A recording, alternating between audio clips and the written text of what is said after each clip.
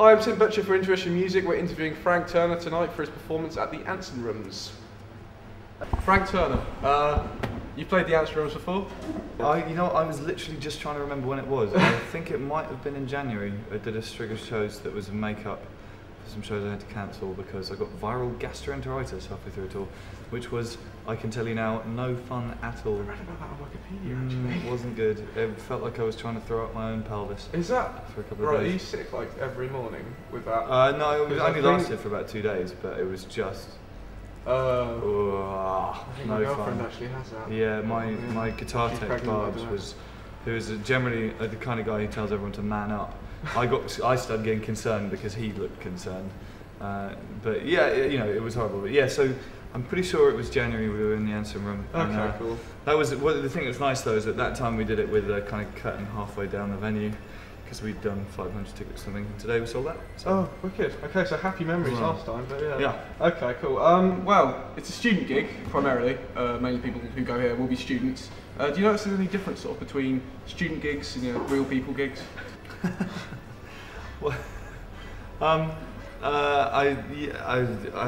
there's a demographic difference, I suppose. Yeah. I don't know.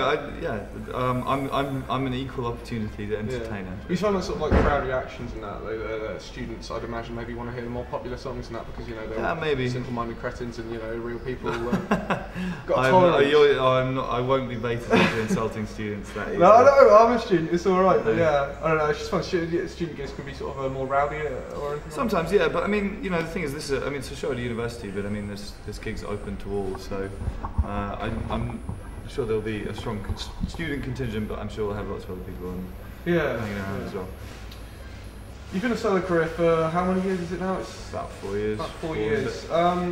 Did you ever consider a stage name? I did very briefly, and then one of the things I was kind of at pains to do, and I guess I still am at pains to do, is to make what I do very kind of stripped down. Do you know what I mean? It's kind of like there's no kind of like sort of trimmings. Do you know what I mean? It's kind of like I write pretty simple songs. I play an acoustic guitar in standard tuning. It's just me, and it sort of seemed like having a stage name would be would kind of run counter to that. Do you know what I mean? Yeah. So I wanted it, and I want it to just be pretty kind of straight up. It's just like this is what I do. You mean there's sort of there's no element to a character? Yeah, definitely none of that kind of thing. But and just all the kind of sort of mythologizing that comes along with rock and roll is stuff that I really don't like very much anyway. So. When you first went solo, did you immediately want to go back into music, or did you ever consider any other options? No, it was basically. I mean, almost one of the reasons why I started playing in the style that I currently do was that I wanted to stay on tour, but I didn't want to be in a band. And there's only so many kind of types of music you're going to play when it's just you and the acoustic guitar. I guess I could have gone into stand-up comedy, but I'm not funny enough. So, but yeah, so it kind of. The thing is, I love touring. It's my favourite thing in the whole world. I've been touring pretty much non-stop for like 6 years now, and it's great and wonderful, and I never want to have to do anything else with my life. You don't get tired, you don't feel sort of all the pressure of touring that a lot of rock stars like to complain about? But I mean, you get tired of working office jobs and stuff, do you know what I mean? It's like every job has its downsides. It's just, for me personally, this job has many, many more upsides than any other that I can think of. So you feel privileged to be where you are? Definitely, yeah. And I guess that's one of the reasons why no one should ever complain about being a musician. First of all, nobody makes you do it. If it's terrible, you can stop and go home tomorrow, and really, it wouldn't be the end of the world. But also, I know that there's a million people who would give their eye teeth to do what I do right now, and it's all I've really wanted to do since I was a kid. So for me to sort of sit here at this point in my life and career and bitch about any aspect of it would be so enormously up my arse. How long do you reckon you'll do this for? Is there sort of a time limit to it? Hopefully for a long time. I mean, realistically, whether or not I'll be able to is dubious. If you do.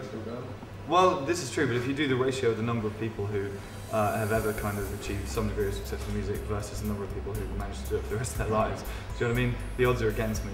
But it would be fantastic if I could be an old man still touring. Do you know Loudon Wainwright?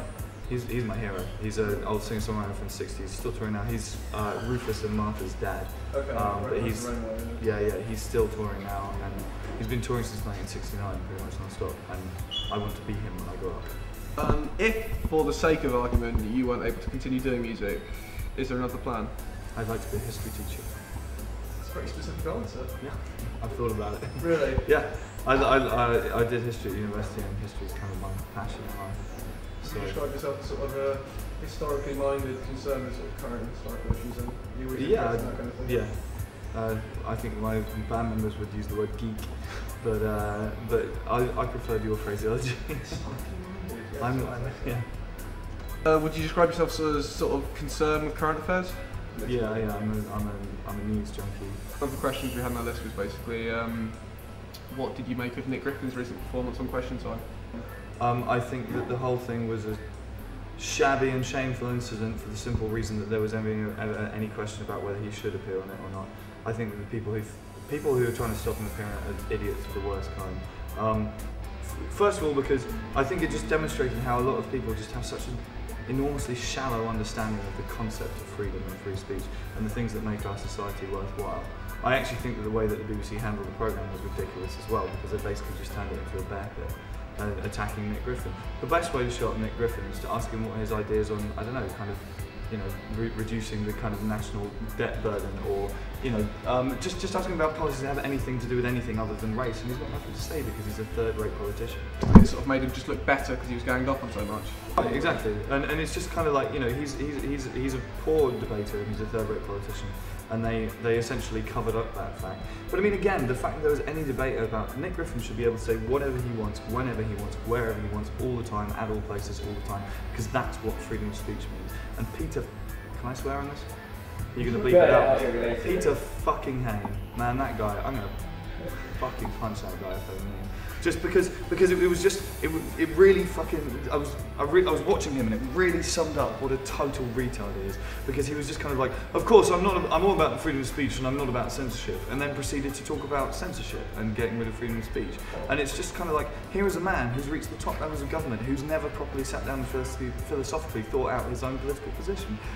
How on earth has this man got a job? I mean, it blows my mind. It really does. Is this what your history lectures would be like?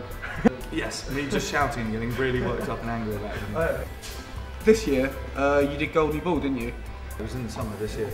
How was Goldie Ball? Because, well, Luke's written down it's unfitting with the impression one gets of you, which might be slightly judgmental, but I don't know, what would you say to that? Well, what I'd say to that is I'll play anywhere for anybody. I don't want to be snobbish about my audience, do you know what I mean, in any way, shape or form. I love playing music, I love playing guitar and singing, it's one of my favourite things in the whole world, so if somebody asks me to play somewhere, then I'll probably play there.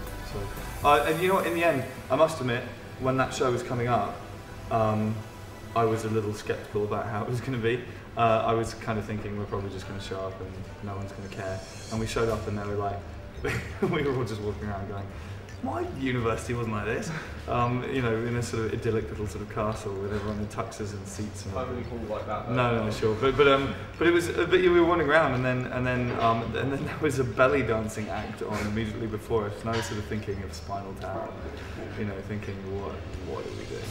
But then when we came on, loads of people suddenly just ran in and ran up to the stage and knew all the words to the songs and everything, and we ended up having a great time. Really cool show.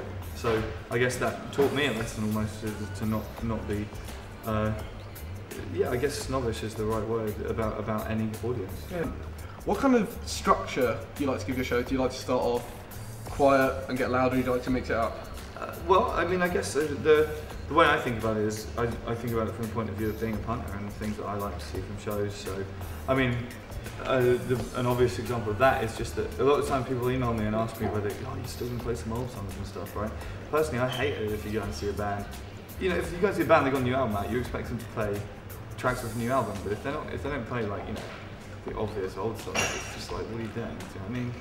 Do you ever feel that sort of the pressure to play old stuff can hold you back? Maybe if you want to sort of air some of your newer songs? At the end of the day, it's flattering to have any songs that there are lots of people who want to hear. You know, that's you know, it's kind of like some people. I was talking to Nick from Cutting Crew, the band who did that song "Dying in Your Arms Tonight," and he was sort of saying, you know, loads of people take the mickey out of him for being the guy who basically had one hit 25 years ago, and he was like, all of my musician friends have had no hits, and I've had one. So, you know, be grateful for what you have in life. So again, you know, it's kind of like if there's people who want to hear older songs, why not play them? You know. I wonder if a-ha feel the same. Yeah. Who knows? I mean, you know, I mean, it's not even really like I'm at that kind of stage just yet, or at least I hope I'm not. But you know, yeah, I have no problem with playing songs that people want to hear. Plus, I'm going to play quite a long set tonight, and there's time for me to, you know, play songs that are a bit more experimental or a bit less well known, or, you know, maybe newer material or whatever. There's time for me to do that, and there's still time for me to play songs people want to hear. I noticed you've got the Black Flag tattoo there. Yes. How big an influence are the band to you? I'm a very big Black Flag fan, hence the tattoo. Yeah. Hold on. Black Flag are a band that I like an awful lot musically, but I wouldn't have got a tattoo for that reason alone. They stand for something to me. They stand for a kind of ethos and an approach to life, and more specifically to being a musician. And the way that they just work their asses off, but also didn't ever really have any kind of like ego. You know, they were never a kind of rock star band, and they're also the other thing is, like, you know, the first 4 years is like all kind of 3-chord punk stuff, and then like the last records they did are bordering on freeform jazz, you know, and they really irritated their own fan base by being creatively free, and it's those three things of kind of like working as hard as you can, not being up your own arse about it, and being, you know, creatively adventurous. I think those are three great kind of pillars to live by as a musician. So for that reason, I got this down. And I mean more beyond that, Henry Rollins and everything he's kind of done since as well is, you know, he's one of my heroes, and he's a spoken word stuff. yeah, and he's, you know, he's a really inspirational character, you know. And I just his kind of sort of mantra of kind of self-reliance is something that I find enormously important and inspiring. Well, Frank, thanks very much for your time, and have a good show. Thank you. Thanks a lot, man. Cheers.